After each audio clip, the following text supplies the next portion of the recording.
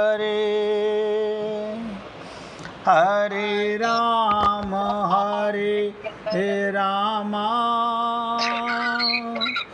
राम राम हरे हरे हरे कृष्ण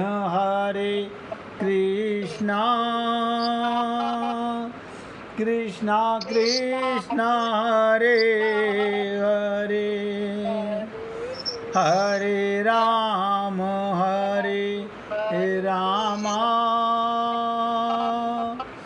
राम राम हरे हरे हरे कृष्ण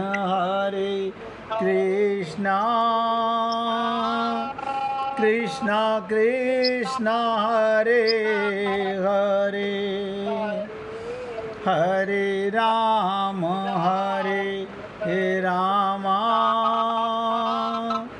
राम राम हरे हरे। अब बहुत ध्यान से सुनो। मानसिक रोग को कैसे मारा जाए, हम मानसिक स्वस्थ कैसे हों, शरीर के स्वस्थ के लिए तो हमें किसी गुरु की आवश्यकता नहीं पड़ती। शरीर के स्वास्थ्य के लिए आप डॉक्टर गुरु के पास जाते हो, क्योंकि डॉक्टर को पता है शरीर के रोगों का। और मन के रोग हम मानते नहीं तो किसी गुरु के पास जाते नहीं। ध्यान से सुनो। मानसिक स्वास्थ्य में सुधार कैसे हो, मानसिक रोग कैसे मरें, क्या करें हम ऐसा, सुन लीजिए। इलाज बहुत छोटी सी बात बता रहा हूँ, अब लंबी चर्चा नहीं कर रहा हूँ। पहले कई महीने लंबी चर्चा कर ली। मन में प्रेम युक्त, ये शर्त है, श्रद्धा युक्त, विश्वास युक्त और प्रेम युक्त भगवान का चिंतन, प्रसन्नता का चिंतन, शांति का चिंतन, निरभिमानता का चिंतन, नम्रता का चिंतन, अथक प्रयत्न करना होगा। जैसे दवा, जैसे हम लोग दवा शरीर को स्वस्थ करने के लिए लेते हैं, लेकिन मन के रोगों को मारने के लिए कोई व्यक्ति प्रयत्न नहीं करता, इसीलिए भगवत प्राप्ति नहीं होती। यही एक कारण है, जब तक मन में रोग तब तक हम रोगी, और रोगी व्यक्ति भगवान के पास जा नहीं सकता। शरीर का रोगी जा सकता है, मन का रोगी नहीं जा सकता, क्योंकि मन के रोगी का आत्मज्ञान नहीं होता। और आत्मा को परमात्मा मिलते हैं, शरीर को परमात्मा मिलते नहीं। तो भगवान बाली से क्या कह रहे हैं कि निरअहंकारिता सुग्रीव का सबसे बड़ा गुण, उसमें अहंकार नहीं। और बाली का सबसे बड़ा अवगुण अहंकार। देखो, यही अवगुण रावण के पास था। इसे ऐसे भी कह सकते हैं, ईश्वर को प्राप्त करने के लिए अगर भगवान को पाना है तो निरअहंकारिता का जो सबसे बड़ा अपेक्षित गुण है वो सुग्रीव में था। वैसे तो रावण के नाम में भी ग्रीवा आता है,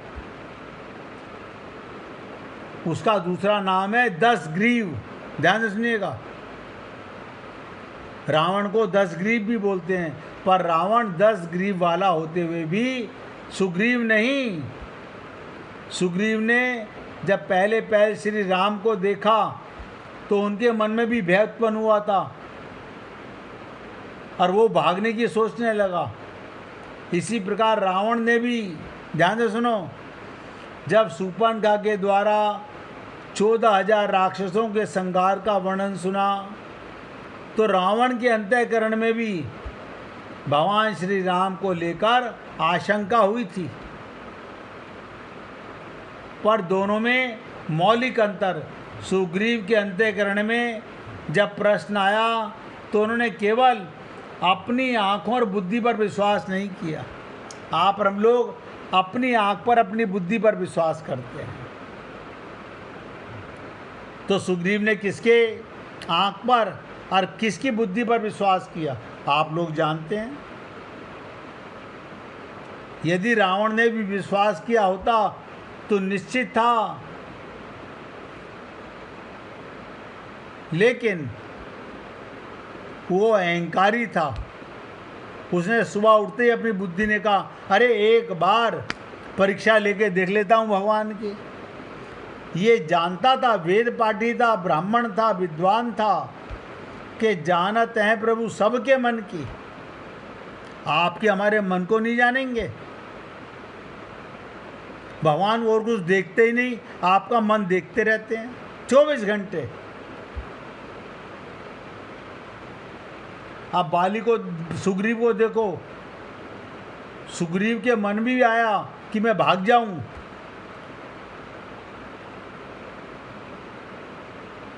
जब उन्होंने अपनी आंख और बुद्धि का विश्वास नहीं किया, बल्कि किस पर विश्वास किया, हनुमान जी की, गुरु की बुद्धि पर, गुरु के मन पर विश्वास किया, ना अपनी आंखों पर विश्वास किया, ना अपनी बुद्धि से चले। सुग्रीव की विशेषता कि पहले हनुमान जी की शरणागति की, तब भगवत प्राप्ति हुई। पूर्ण विश्वास।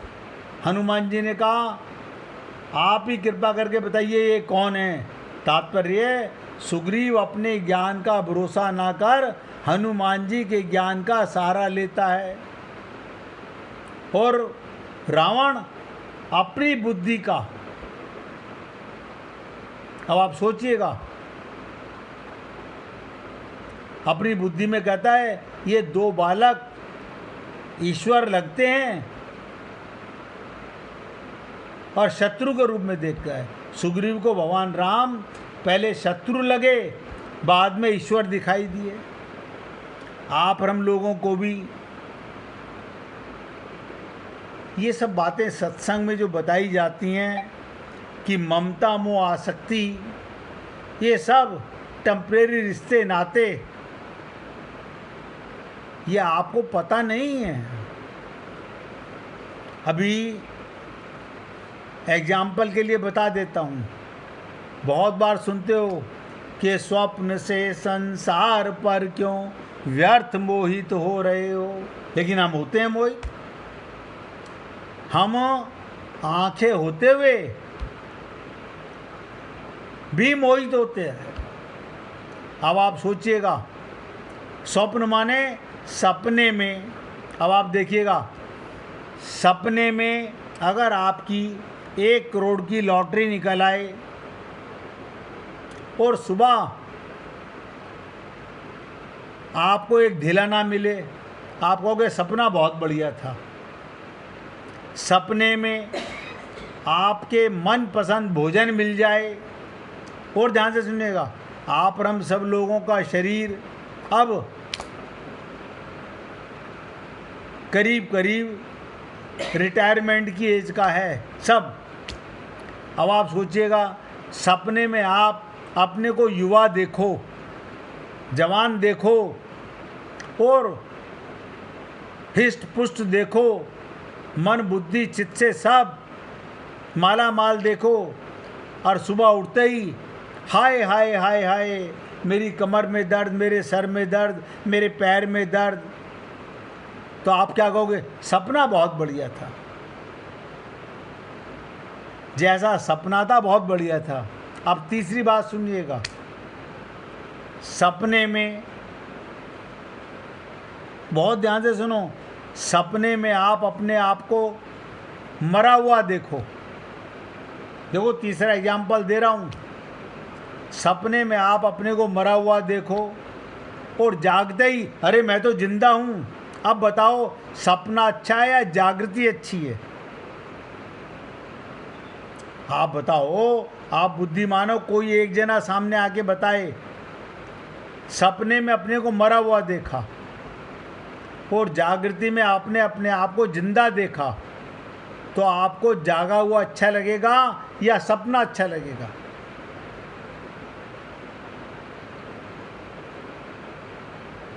देखो, कोई सामने आके बताने को तैयार नहीं है, वो समझ ही नहीं पा रहे हैं। गुड्डी जी बता रही हैं। हाँ बताइए। जागृति में अच्छा लगा। क्यों? आप अपने को मरा हुआ नहीं देखना चाहते हैं। जैसे ही जागते हुए अपने आप को जिंदा देखा, आप खुश हो गए। अरे सपना बेकार था, सपने में मैं मर गया था, लेकिन जब जागा तो मैं तो मरा हुआ हूं ही नहीं। ऐसे ही अभी आप लोग ये स्वप्न से संसार में व्यर्थ मोहित हो रहे हो। जिस दिन आप जागोगे, होश में आओगे, आत्म जागृति होगी, तब आपको पता चलेगा आप जागे हो या सोए हुए हो। अभी तो आप हम सब लोग मोह निशा रात्रि में सोए पड़े हैं। सारा दिन कटर कटर करते रहते हैं अंदर ही अंदर, कभी नहीं सोचते।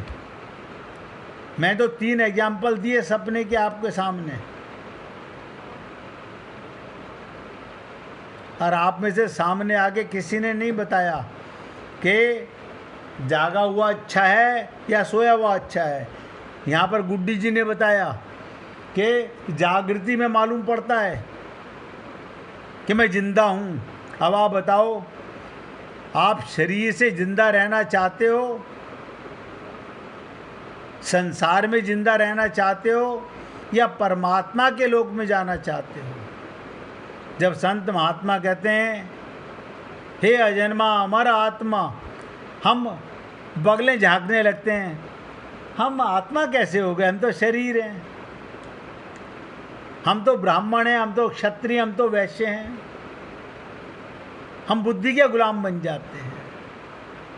अजन्मा हो, अमर हो, आत्मा हो, परमात्मा की गोदी में हो, इतने सारे गुण आपके हैं, लेकिन फिर भी दुखी हैं,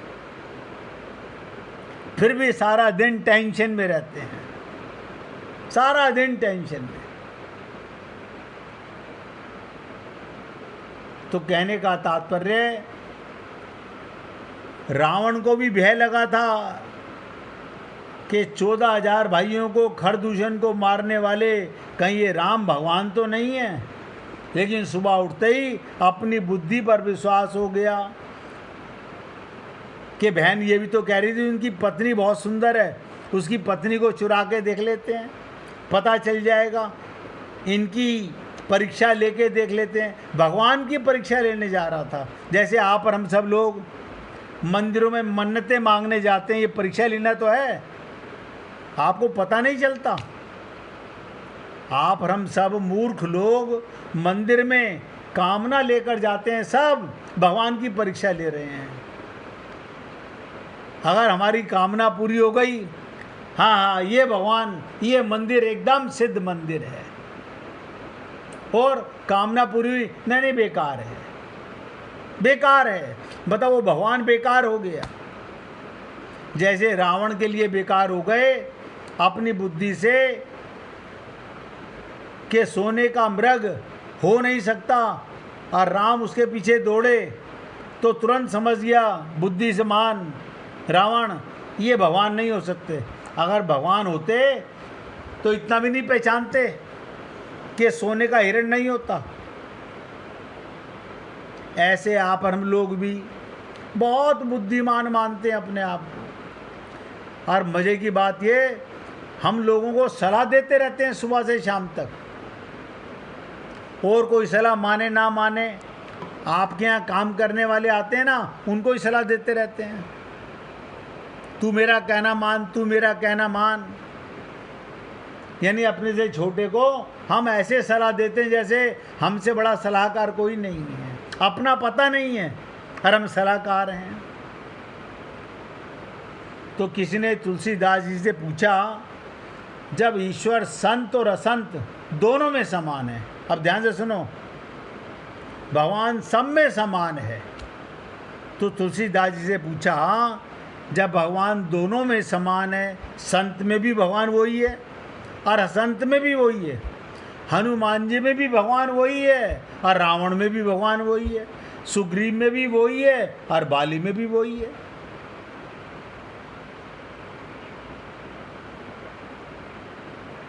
तो पूछा फिर दोनों में कोई भेद नहीं होना चाहिए? इसके उत्तर में तुलसीदास जी ने बताया कि महीने के 2 पखवाड़ों का दृष्टांत दिया। महीने में 2 पखवाड़े होते हैं, पक्ष होते हैं, शुक्ल पक्ष और कृष्ण पक्ष। 15-15 दिन का एक एक पक्ष होता है।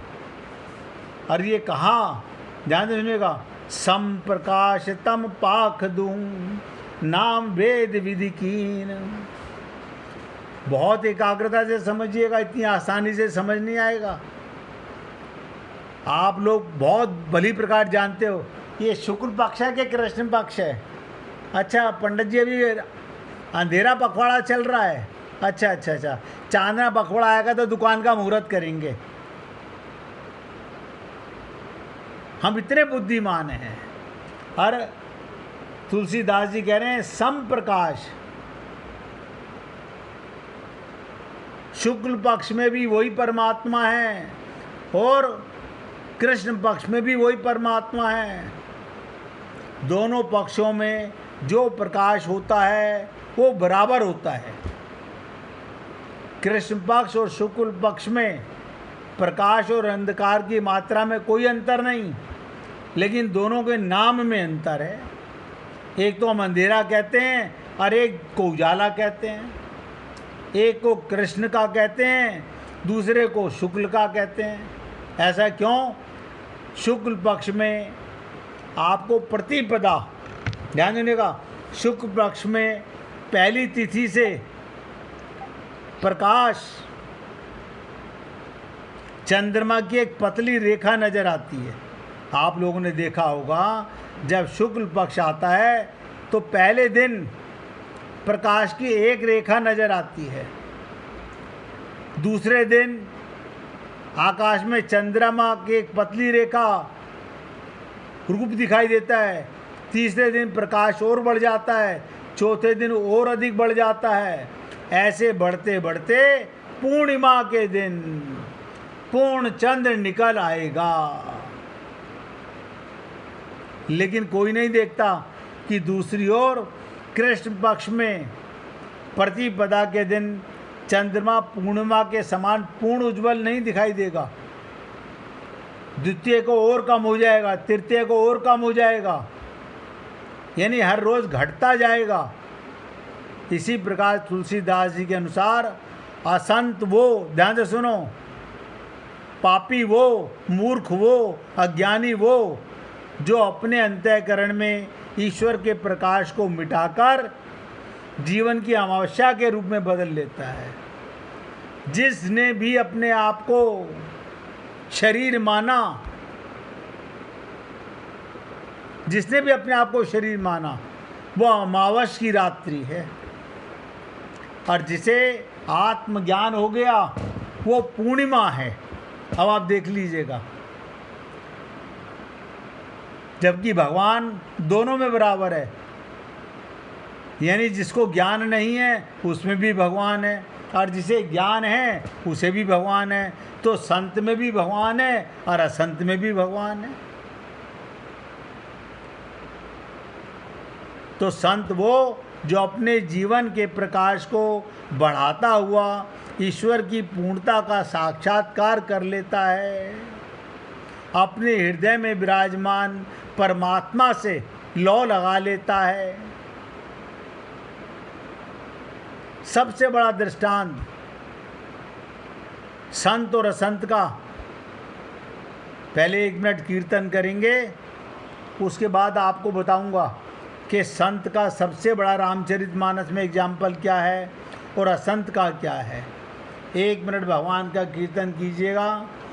रघुपति राघव राजा राम, पतित पावन सीता